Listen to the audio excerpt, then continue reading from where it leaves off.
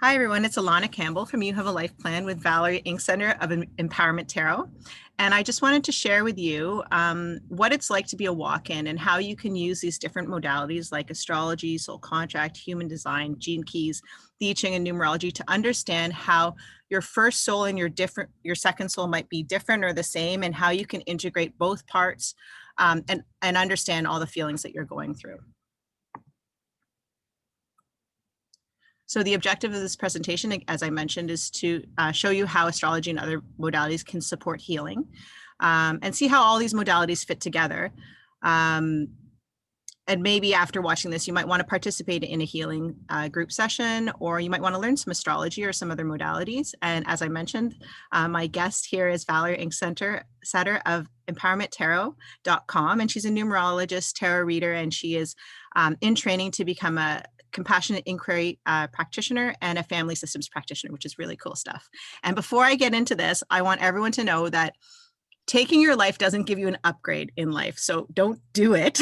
But in my case, this is what happened, and this is my story, and this is not something that I recommend, but I'm sharing it with you in case you've had a similar experience and you're trying to find healing for yourself. And another reason why I did this presentation is really to understand myself and heal myself, and to show you that if this is the case for you or for someone you love, that you are there, not alone. So what is a walk-in? So all of these are links to one of my teachers' websites, and I'm going to include them in the video in the description of the video. So I'm not going to go through all of this, but they have information about what is a walk-in. So their website here, you can see Center of Love and enlightenment.net, and they have a questionnaire, they have a manual, they have workshops to help you integrate. So I think that if you're in crisis and you think you're a walk-in, these are definitely the guys to go to, because they've seen hundreds of walk-ins. They're walk-ins themselves. They also did a show on Gaia TV, and here's a little preview of it, so you can see someone speak to what it means to be a walk-in. And so their interpretation of a walk-in is Soul 1 and Soul 2 agree that Soul 2 could not come into the life in the beginning. They're too high frequency to tolerate that whole birth process and the early stages of life. So Soul 1 agrees to do the first half, and they have an agreed upon switch out time so that Soul 2 gets the contract that they want at the date they want, and Soul 1 can exit. That's their take on it.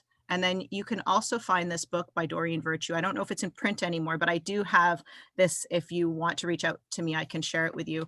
And their take on it is a little bit more like, if you're down in your life and things aren't going well, it's possible that a soul is interested in your life and how it's going. So they may negotiate with your higher self and say, okay, if you walk out now, instead of you being punished for walking out, if there is a punishment, we'll upgrade you and we'll walk in and take over the life, because they see potential from where you are and they're strong enough to endure what you're going through right now. So again, I'm going to say, don't take your life hoping this is going to happen.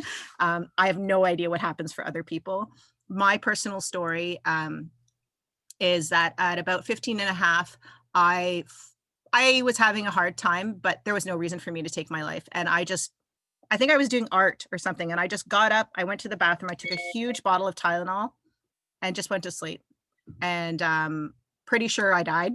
Woke up the next morning, felt really sick, and then just called someone who was a nurse and said, okay, what happens if someone does this? What would you do? And they said, well, we would just pump their stomach so that they can not die. And I'm like, okay, well, I'm awake and alive. And so I just pushed through the illness and I've been fine. So it's kind of like a silent walk-in, I guess. And so why today? So I'm learning this new modality, which I call Find Your Truth. And in this modality, they say that your maxillary sinuses right here hold all your sexual imprinting. Like a good girl does this and a boy doesn't do that, and all that kind of stuff, and also all the sexual trauma.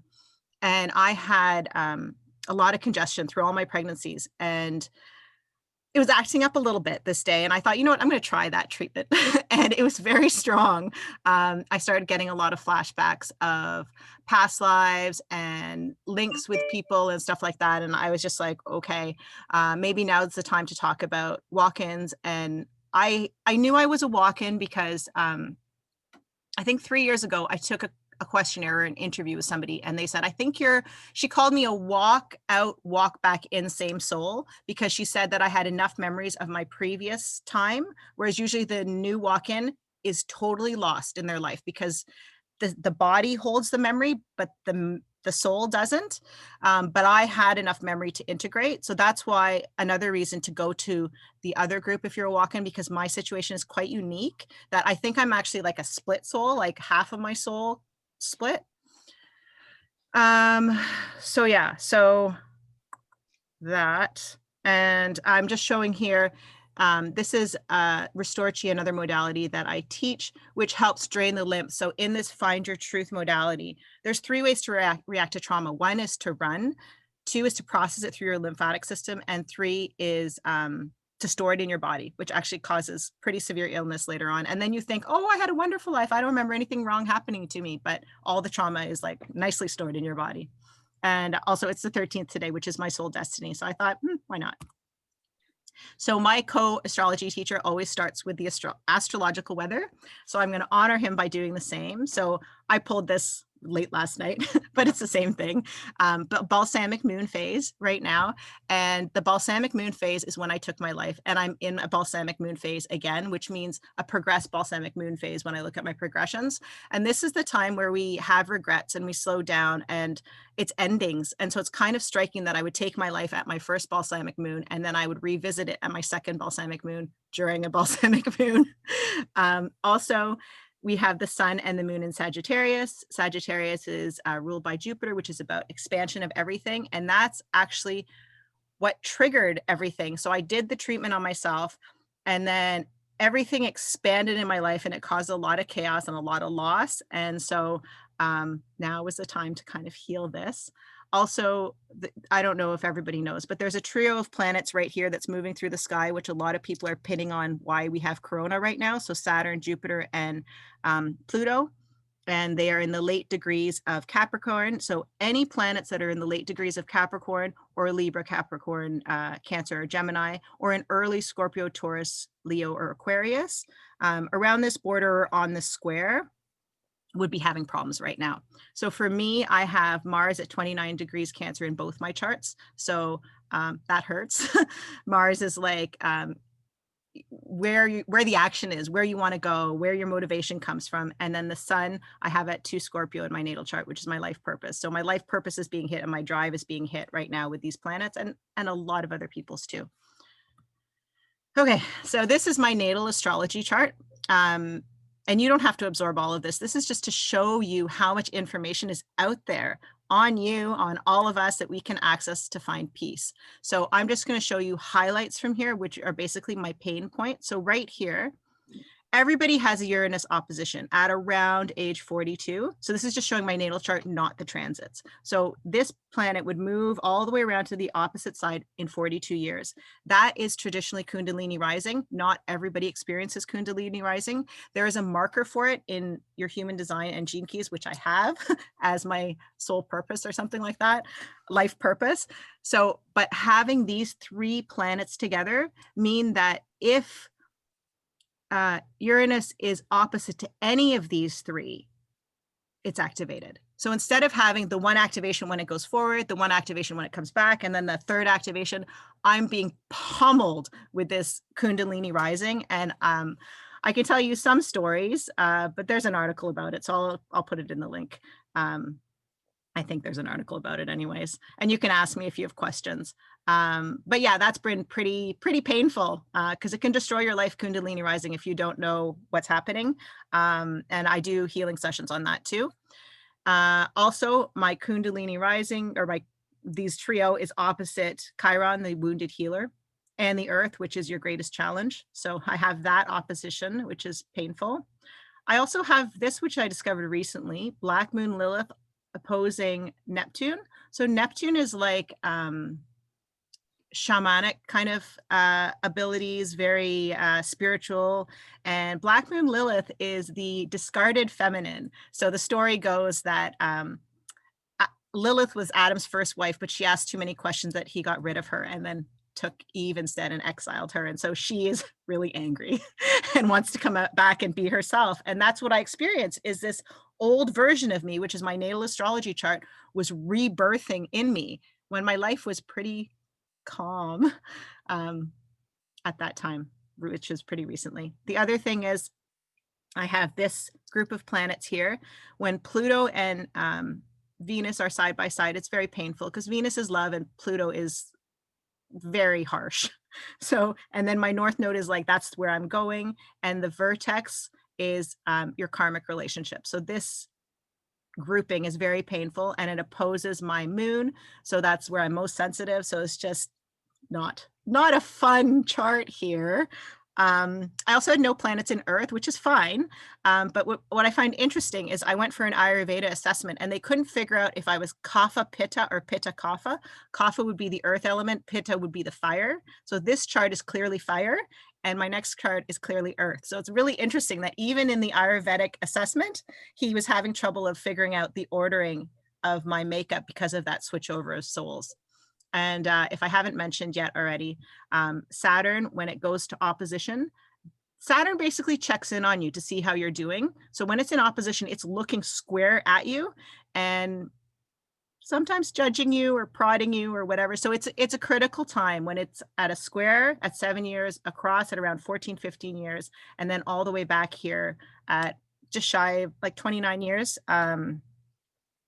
Yeah, so it's kind of interesting that I would take my life when I'm being stared at in the face by Saturn. And Saturn is the god of time, and some people may say the Grim Reaper, but then that could be Pluto. So this would be my walk-in chart. So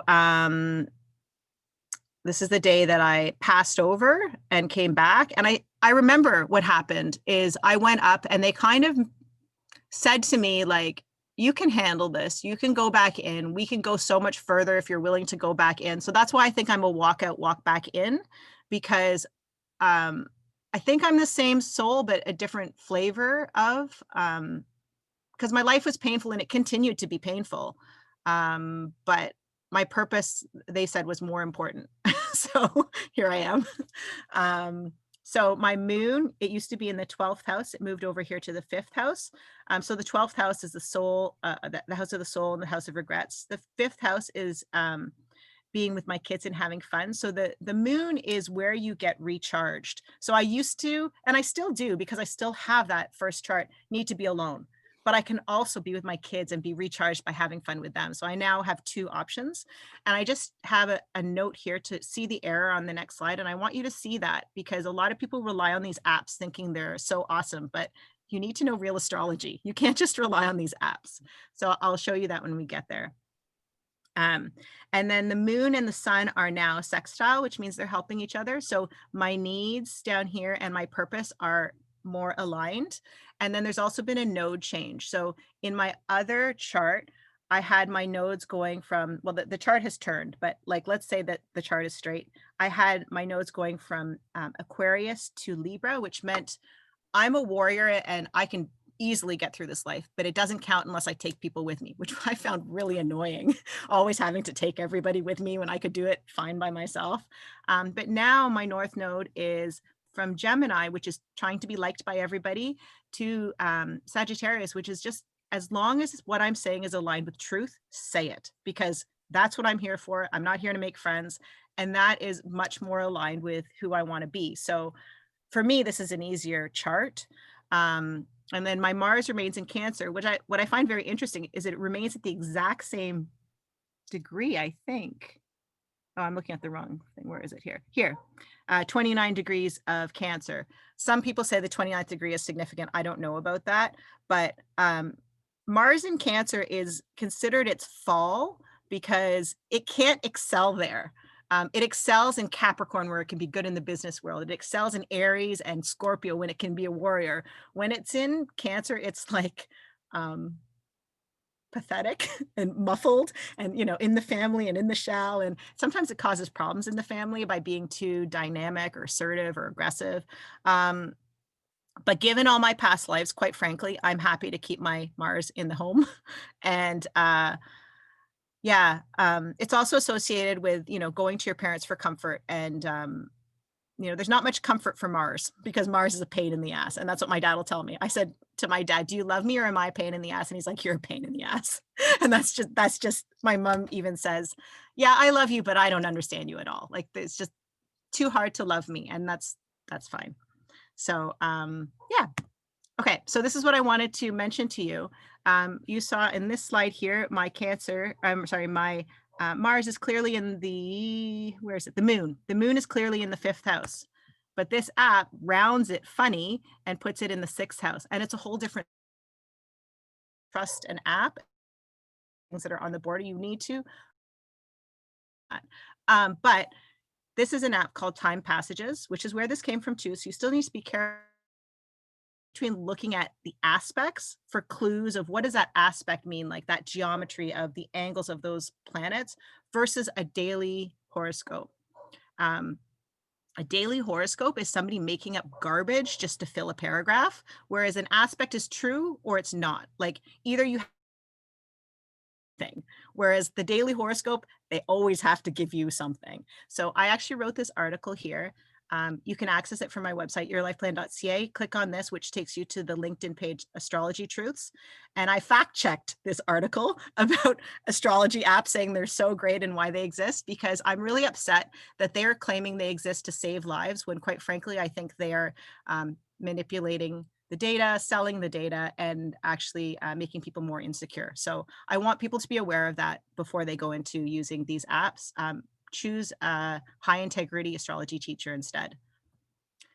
Okay, so one more thing about astrological charts is, I'm not sure if you've ever seen this, but this is the TCM wheel. So there's certain organs that are more active at certain times, and the organs are associated with emotions. So if you're waking at night at the same time, which I do, you can look up what's happening. So I was waking up at 11:50 and 3:40. So 11:50 puts you in gallbladder. Gallbladder is associated with anger and frustration. And then you can go back to your wheel and exactly on your wheel, look at what planets are there. So for me, that's my natal Mars and my walk-in sun. So my drive and my life purpose is being frustrated right now. And that's why I'm waking at that time. And sadness, because 3:40 takes you over into the lungs, which is sadness. It's okay to wake up after 5 because that's going poo and letting it all go. That's fine. But you need to sleep during the lung time. So sadness, and the planet that's there is actually Black Moon Lilith in both my charts. So I think I have a lot of sadness about being this exiled woman. And that's why I'm really stepping up, especially on that Astrology Truths page, and saying stuff about what we women have a right to, because we've been suppressed for far too long. And there's been a lot of loss of life in my family history because of this kind of family suppression, masculine suppression, society suppression. So I don't want it anymore. So I want to speak to it.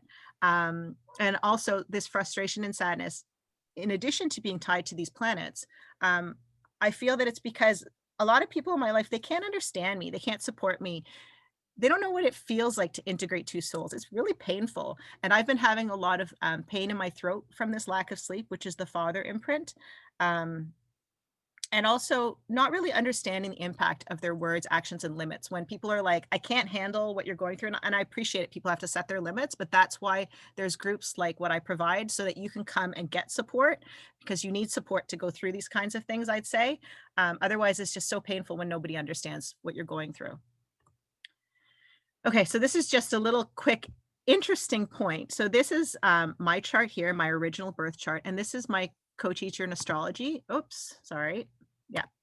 And what you see here is he is his ascendant is Libra. So he shows up as a Libra and he meets Aries, and my ascendant is Aries. So I show up as an Aries and I meet Libra. So there's a matching there that's going on. And I think there's actually some past life stuff going on there as well, which I haven't spoken with him about. So I'm not going to share here to respect his privacy. And then with my walk-in soul, so this is my walk-in soul here, I don't show up as an Aries anymore. I show up as an Aquarius, which is more like out of the box, rebel. There's similar energies. And because I had that trio of the sun with Uranus already, you already saw it, but you're seeing it even more strongly. So I show up as an Aquarius and I meet the Leo. He shows up as Leo and meets the Aquarius. And what's really interesting about this is people tend to hate their descendant. The people you attract, you hate. So in my first chart, Libras, they drive me mental. They can't make any decisions. They're always trying to be nice and say the nice thing, and I can't stand it. And yet I draw them like crazy. And Leos are always showing off and wanting to be center stage. And it's just like, oh, that drives me crazy too. Like all these things that are not important to me are the things that I have to face. And it's the same for everybody, anybody's chart. Whatever your descendant is probably a pain point. And I actually do have a healing session on looking at the signs you hate to see why. What in you do you have to love? Okay, so this is soul contract. I'm just going to take a second because I've shared a lot about astrology and I want you to be able to absorb what you can. You can always pause and rewatch the parts that interest you, and you may only be interested in exploring one modality, and that's fine. Okay, so this is my birth name, and this is the common name that I went by. And my stepfather, who abused me and probably triggered me taking my life, but not directly, changed my name. And I thought that his changing of my name would disempower me. But looking at it, I mean, I don't think he was skilled enough to do that. This here is making life hard. So yeah, my life got harder, but it also makes me stronger. So nice try, but didn't really work. Also, here my soul destiny is a 14-5, and this is actually isn't my true birth name. It's a minor change, but you'll see in the next slide, my true birth name actually has a dash in it, and it makes a difference. So I have both a 13-4 and a 14-5 soul destiny, and the house where I was abused carried those numbers, and the house where I took my life carried those numbers. So to me, it's not that abuse and taking your life is okay, but for me, it was just, this is part of my life path to go through these things because this is what I support in others. Yeah. And here you see, this is my true birth name. And I did not know my true birth name before choosing an optimized name, but the reason the optimized name felt so right is because it finally matched my true birth name with this 13-4, which is Neptune and the Sun by astrology. And it's also the divine feminine and sharing everything I know and wisdom. And then my husband carries the 10-1, which is the divine masculine and holding a safe space, which is exactly what a traumatized person needs. A partner who can hold that safe space, even if they're crazy sometimes.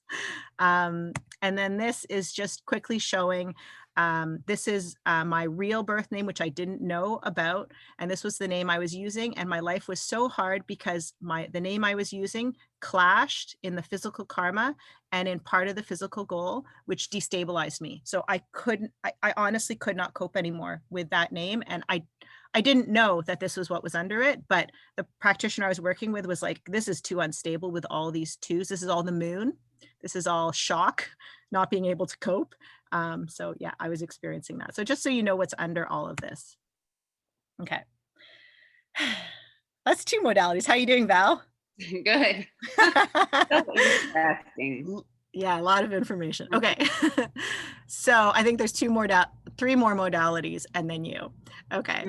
So human design. So this is my birth human design. I'm not going to share everything, but basically I am and was a splenic projector, which means that I make my decisions by intuition if it feels right or wrong.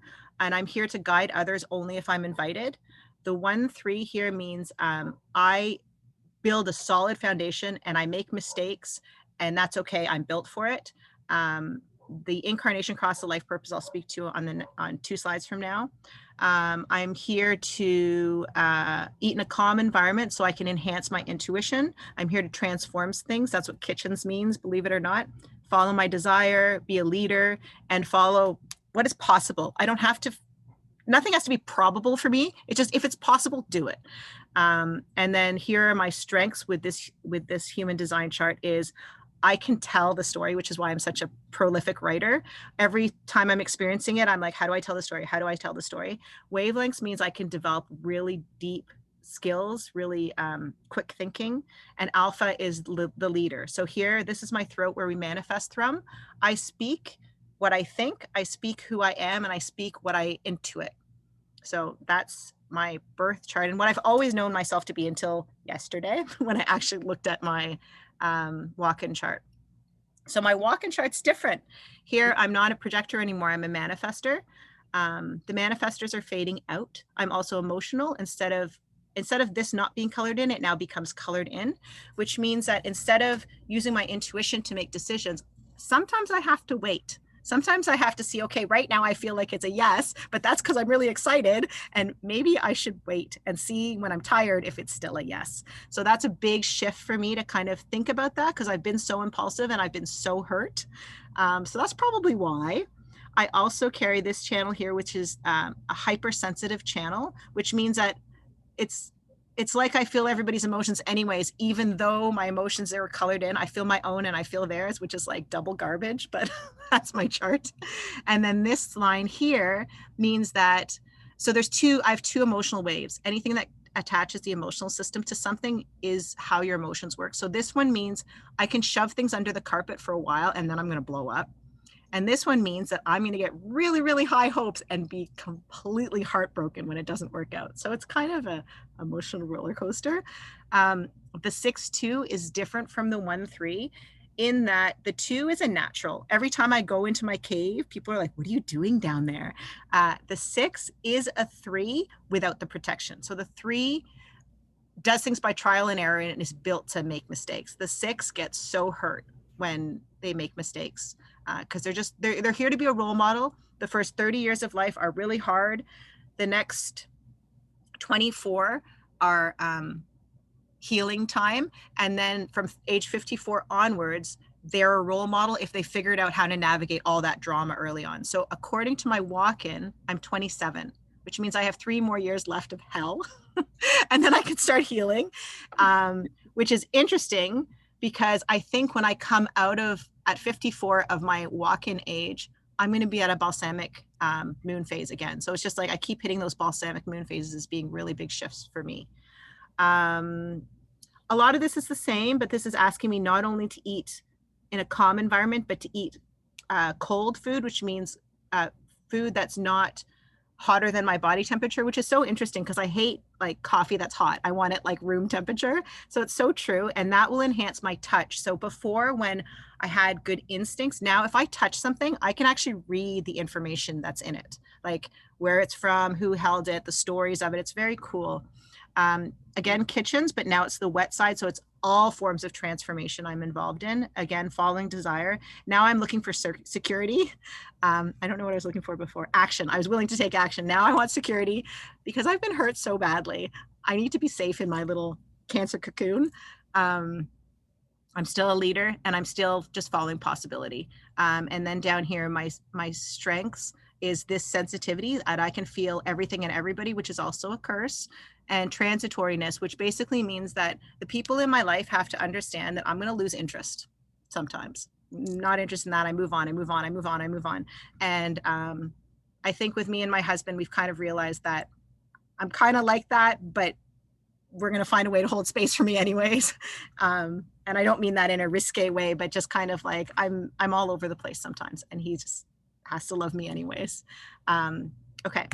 So here's the 2 life themes shifting. So the first one is just the life of the unexpected. So I got used to my life just always changing. I can't rely on anything.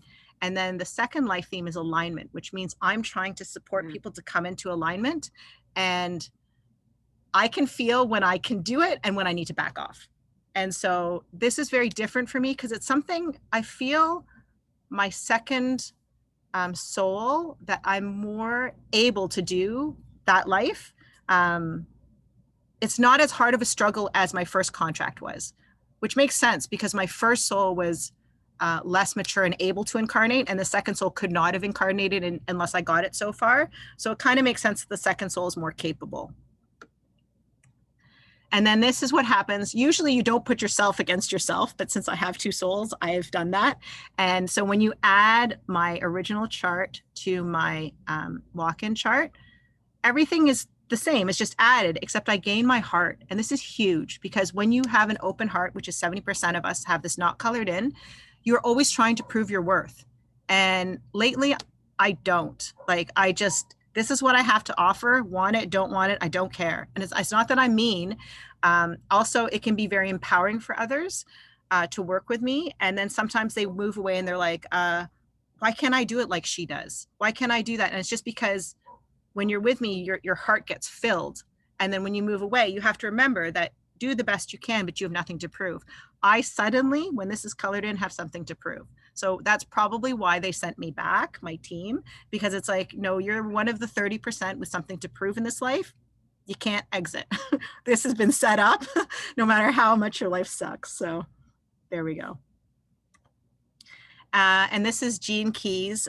So I'll go through this very briefly. Gene Keys is basically, human design has 26 numbers. It is based on astrology too, but it's astrology when you're born and 3 months before. And then Gene Keys takes only 11 of those 26 numbers and creates dimension with them. So creates the shadow, the gift, and the city, which is like the super gift, which we only aspire to, enlightenment, I guess. So in my birth chart here, my purpose is the 41. It doesn't make a lot of sense when you read the words, but this is the Kundalini rising and helping people anticipate what could come. So like really getting them excited, getting them to dream again. That shifts over here to getting moving from forgetfulness to mindfulness and revelation. So getting people to remember who they are. So it's not just anticipation, but it almost goes deeper. Radiance is where your health comes from. So my first chart, if I'm being arrogant, I'm going to suffer with my health. But if I'm moving into humility and leadership, my health is improved. Here, if I'm being codependent and trying to create all these, oh, let's be nice and make these balanced relationships and, you know, you help me and I help, well, all that kind of stuff, my health is going to tank. But if I can be sensitive to the needs of others and be willing to sacrifice, which is more clean than codependent, that's where I'll find my health. What else here? This here, the decimal 0.2, it stays the same, which means that my core wound is denial, that people are denying their truth. I'm denying my truth, and I'm here to get people to face what they deny. So that doesn't change. What else is worthwhile sharing with you? I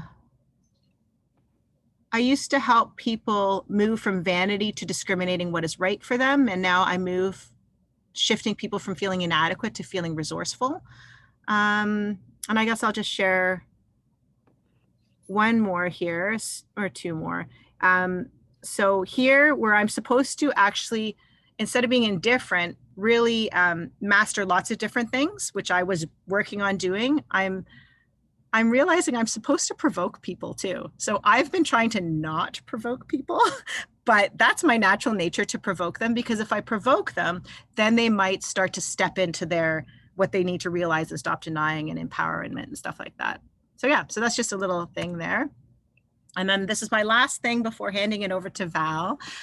So the I Ching, which the human design and Gene Keys are based off of, is an altered I Ching. And this happens all the time with spiritual texts. People come in and they see the power of it and they move everything around so they think you can't use it anymore. Unfortunately, higher powers can still channel in how to use all that mixed up information and create beautiful things like the human design and the Gene Keys, which still work. But this is my teacher's teacher who revisited the I Ching and put it back into its order according to nature. And it's really cool how both modalities and both orders can sit side by side.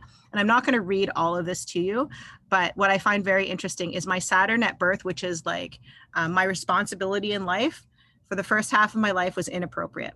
I was trying to do things before they were complete. I was jumping the gun. And then my walk-in is doing things after completion, which is more appropriate. So it's kind of nice that I've had this shift where maybe I can stop seeing myself as being such a pain in everybody's ass. And actually what I'm doing is appropriate. And I can say these things without worrying if I'm going to be liked, because it serves a purpose. And I knew it served a purpose to like my cult following, but maybe it doesn't matter. Maybe I just do it anyways. So I'm going to hand it over to Val, who taught me all about my numerology for my birth chart, and she can speak to the birth chart or the walk-in chart or whatever, or if you have questions, it's all yours, Val. Okay, so I'm understanding that so the walk-in happened on April 27th of 93. Yeah. Okay, so that would be those would be the numbers that you're using now. Is that okay? So it's so interesting listening to all the different modalities. Like, I mean, Like I do numerology based on the tarot cards, the first 10 majors of the deck. And it can be very, I mean, the one thing that's interesting with my work is that it can be super simple or it can be super complicated, right? Mhm. So I think it's neat that your first soul incarnation was the Hierophant, and then your second incarnation is the Justice. So, both of them are, very, they're very faith-based, very right and wrong, very principled, so even though they're very different, they do have some similarities, which is very neat. Yeah, it's cool. I don't know how much you want me to talk about my work. I've just got a couple of comments on Yeah. what you've presented. Mhm. Um, I'd love to investigate a few of them. Do you know what I mean? Like there's so much, and it's like to start somewhere, Mhm. and I love the whole lymphatic thing and the sinus thing that you were talking about, releasing memory. And I'd be interested in my own walk-in, Mhm. and what the quote symptoms of a walk-in would be, like how you, like, because I've never attempted to take my life, so that wouldn't, but I know that I've gone through a shift in the last couple of years, so I don't know if you're too old to have a walk-in. Like things have really changed for me in the last couple of years, so I'm interested in that walk-in thing you Yeah, know and that's something we could look into because I do have a client who says over and over, I hit my head on the dash in an accident. I hit my head. I remember it. Okay. And she keeps saying it. And I'm like, maybe we should look, like, was there a change of soul? Because it can happen. It can happen when you're sleeping. It can happen in an accident. Right. So I don't think there's any harm in looking and going, does it resonate? Because if it resonates, it's helpful. If it Yeah. doesn't resonate, toss it out, right? Yeah. Well, and I'm interested in my own work with compassionate inquiry, and my own inquiry as I train. And I'm interested in repressed memory that is interfering, I believe, interferes with my life. So, my numerology is really fabulous I love it for, I don't want to say it's on the surface, but it's kind of, I don't know, it's kind of something that helps me cope day to day, but underneath in the real belly of issues and belly of trauma, I find this stuff that you're doing really interesting. Like it's underneath, it's deeper. And it's very interesting how it all kind of coincides with the science of it, you know? Mhm. Yeah, it's A, cool. a lot of it is based off the tarot, though. Even Yeah. astrology ties to tarot. Like, Mhm. so I think they're all different waves of the same language, different Yeah, lenses we see through. And I agree with you on the simplicity of, okay, well, what's their number? And you can get a little bit from that, right? It's like, totally. what's their sun sign? What's their Yeah, moon sign? The more you dig, it's like, oh, look at that. yeah. And actually, I wanted to say, I think souls nowadays are doing really interesting things. So it wouldn't surprise me to find out that you had a spontaneous walk-in at whatever age, even though that's Yeah. not typical, even Well, though it didn't shock you. You know what I mean? Maybe. yeah. Why not? Yeah, well, it's funny. Like, I ended a long relationship and changed my life a couple of years ago. Mhm. And it was funny because I did a layout of the cards in, a couple of weeks later. And I said, what's going on with me? And Mhm. like the magician showed up. And it's like, I remember when I woke up in the middle of the night, and I'd be so interested using that chart that you have about time, Mhm. and the clock and sleep, because I just opened up my eyes and the solution came to me. And then I made a decision. So there's so much in your work that I can, and it's like, you're right. All of these modalities do this beautiful dance together. And I like what I do, because just kind of finding out what a person's number is, explains the quick, like you said, it's a quick kind of, it's a neat, just to find out someone's like a lover's. It's like, okay, Mhm.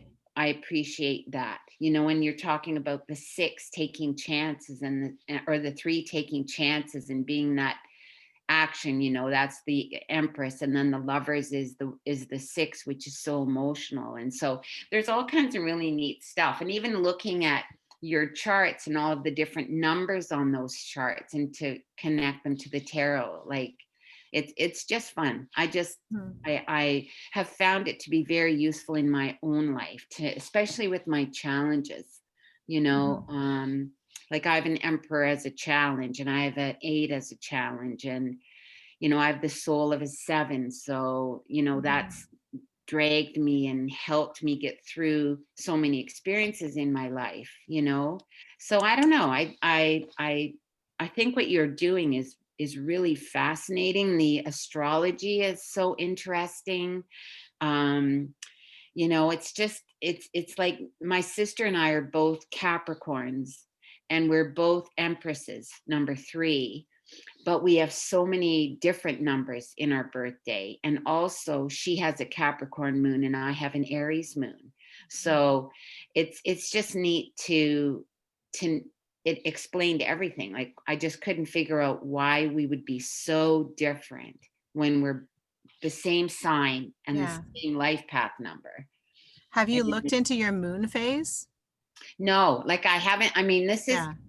and that's a thing, right? Because I've got that 7 as a soul number, and I've got a 1 as a past life influence. So Mhm. I just touch the surface of things, Mhm. like I drop along and just kind of go cool, but then I move on. So that would be Mhm. something that's very different in me now, is I'm going deeper into my own self and my own experience. I'm in a 3-year this year, so it's kind of Mhm. weird that that that's a year of making a wish and planting a seed and stuff. And next year I go into a 4-year, which is taking a step. And I think, yes, I am, because I'm staying, like, rather than running away, I'm staying in to look and see. So that's why I'm interested in Mhm. that, especially that lymphatic thing where you talk about it releasing memories, and I'd be Yeah. interested in that for sure. Yeah.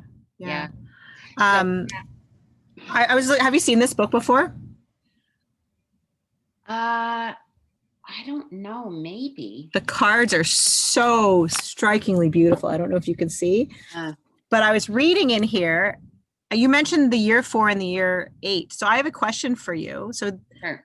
I think both run, right? Because I mean, I've been this for so long. So I'm in a year 4, but I'm also in a year 8. And from this book, and it could be wrong, I think the year 4 was talking about how for fire and air, it's good because it slows them down, but for earth and water, it's not good because they can become stagnant. Okay. And then for the year 8, it seemed like the best option was to just work at your craft, whatever it Right. is. So, what are your thoughts on if I'm Justice in a year 8 and I'm an Elephant in a year 4? How would you blend that? So what you're going to do from now on is you're going to carry the 2 numbers with you, right? Like you're going to I carry think the 2 so. dates. So it's a 5 in a year 4 Hmm. and an 8 in a year 8. Hmm. Okay. So, I mean, yeah, it's interesting. It would take more for me to kind of do that. Like, I would need to be prepared to do a little Yeah. bit of thinking on it. But it's like I said, that Hierophant, if you're going to carry both the Hierophant and the Justice through for the rest of your life, I mean, it makes sense to me, the Justice, that advocate, rights fighter, like you mentioned a couple times about Mhm. your, triggering people and being in their face kind of, and bringing truth forward. Like the Hierophant is all about truth, and the Mhm. Justice is all about truth, Mhm. you know. I Um, think I understood the difference to be the elephant will teach their yeah, truth, but the justice has to be willing to swallow when they're wrong. yeah, So it's kind of like a step in evolution, I guess, yeah, which is good because yeah. I don't want to be going around speaking truth that's going to misinform, right? Mhm. Yeah, and So, you've got a bunch of other numbers in that April 27th, right? Like there's mhm. and not 1993, there's a whole, like I work with 10 numbers. Yeah. So it would be interesting to see, to compare the two charts according to my Mhm. system. You Maybe know, we'll do that sometime we for could do fun. that. Yeah. Yeah. And Yeah. Because I also love these cards here where it says like, the planet of the elephant is Saturn and then it moves to Uranus, which is Mhm. like Uranus is the father in mythology, but Saturn is very like we do it by the books. This is the structure, this is the foundation, and Uranus is like we break all that Yeah. and we do it this radical way. And I watched this astrology talk about if you have a lot of Uranus in the chart, you're either going to be brilliant or you're going to be a criminal. It's one or Well, the other. isn't that true of the Justice, right? Yeah. Like the balance, like, just that's the thing about Justice. It's about balancing your energy, and it's about that 8 count breath, and it's about centering and going into center because Justice needs balance, right? Mhm. Like I'm an Empress and my life has been out of balance for the last 60 years, I swear, but I'm okay with it. Like I can work with Yeah. it, right? Like the Mhm. the Empress knows how to work with stuff like that, especially with that one in my as a past life influence. I know how to, you know, I can make a little ball of it the way a raccoon does. But Justice, they need balance. So it's Mhm. important that take care of yourself with, that 8 count breath, meditation, and centering, and, whatever brings calm to your system when you're triggered. Yeah. And that's what's so cool about the work I'm doing with CI. It's all about checking in your body, Mhm. because the program is in the head. That's what Mhm. we've kind of been programmed in the first 6 or 7 years of our life. And I've got this new layout that I'm doing that's amazing for it's helped me. I will bring it out at some point, but I need to make sure that it's ready. Mhm. um but I've just learned, I realized that children observe and then they process and then they Mhm. understand. So that understanding is in the head, whereas it's important to go into the body. So just check in with your body, Mhm. and how it feels and where you're triggered and where it sits. And with all this stuff you're doing, I think that it's really cool that it really is about the body, Yeah. you know like with that. I love that chart of the different organs and different times of night, and I'm interested in my own sleep, you Mm. know Yeah. And because I I'll struggle with sleep. And so, yeah, me in too. this, yeah, in this one layout I did, because I get my messages just before I wake up, right? Mhm. So I had this one message about, and the anger that I was carrying in my body was amazing. Mhm. And so I did this layout on it, and it was neat how I realized so much stuff about, anger, Mhm. and I'm interested in where it sits in the body. Because Mhm. I had a live blood analysis a couple weeks ago, and it's like, wow, anger, I definitely feel differently now after just kind of doing my reading. Like it just helped clear things up for me. So I Yeah. love the cards and I love the numbers and I love what you're doing. And Mhm. it's all, like we said, that beautiful dance of it's, some people will twig with this, some people will twig with that, some people will twig with this. Some people will take 2 things. Yeah. You know, And for me, I don't care who a person goes to, as Yeah. long as they find someone who is in integrity, is going to empower them, maybe teaches them a few things, doesn't Yeah. just fix it for them. And I Yeah. know you're one of these practitioners. And so if you are at some point teaching your work in any capacity, let me know and I'll share it with people, because Yeah. you're, like you said, your work can be simple and very complicated, but to It's wake true. up with anger and to pull out a deck of cards and sort it out, I mean, Yeah. that's so empowering, Yeah. right? Yeah. And it's just been such a neat experience. Like I started playing around with it last January. So it's been about a year that I started. It's called a conversation Mhm. with the cards. Mhm. And it really does combine internal family systems, which talks about our parts, different parts. The And exiled ones too, just yeah, like Lilith. totally, totally. And it talks to compassionate inquiry, because it's about questioning and it's about connecting with the body. There's intuitive writing involved. It's just been fantastic. Yeah. I've And really, questioning is so important. Like recently, I found myself being so angry at things. And then I've said, oh, is that how you really feel? And it's like, yeah, it is. And it's like, okay, that's fair. If you yeah, really feel that angry, that's yeah, fair. Or, yeah, and even questioning others instead of telling them what I think, asking them and yeah, letting them tell me, because I already know what I think. yeah. Right. Yeah, So, it's so interesting. My daughter's training to be a nurse, and they do a lot of sociology and stuff. And the teacher said, how many of you came from a happy home? hmm, And so the people put their hands up and they say, I came from a happy home because my parents never fought. mhm, And it's like, and my daughter said, what's wrong with fighting? Like, what's wrong with anger? mhm. Like, what's wrong with it? And it's like we make it, and it's like to say I'm angry, and to just sit with that anger and to understand it. I get it. I get why you're angry. Mhm. I understand why you're angry. Just to Yeah. be, so it's very neat. These courses have taken my work in a really different place. Well, you're But brilliant. I've always loved your work, and you're a teacher too, so you're wonderful. yeah, And speaking to that, what's wrong with anger? So the people who cannot deal with their anger, do you know what happens to them? Remember, I said there's the 3 things: you run, you right. process, or you store. So Yeah, anybody who has kidney stones or gallbladder, that's frozen anger that you yeah, never let out, and it's just going to rip through your body yeah, instead.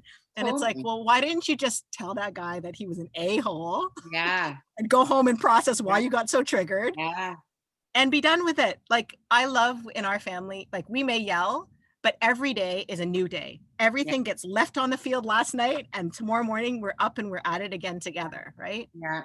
So, Yeah, no, it's neat. And that, that's the thing about me being an empress, having that 3, there's value there. There's self-worth. There's the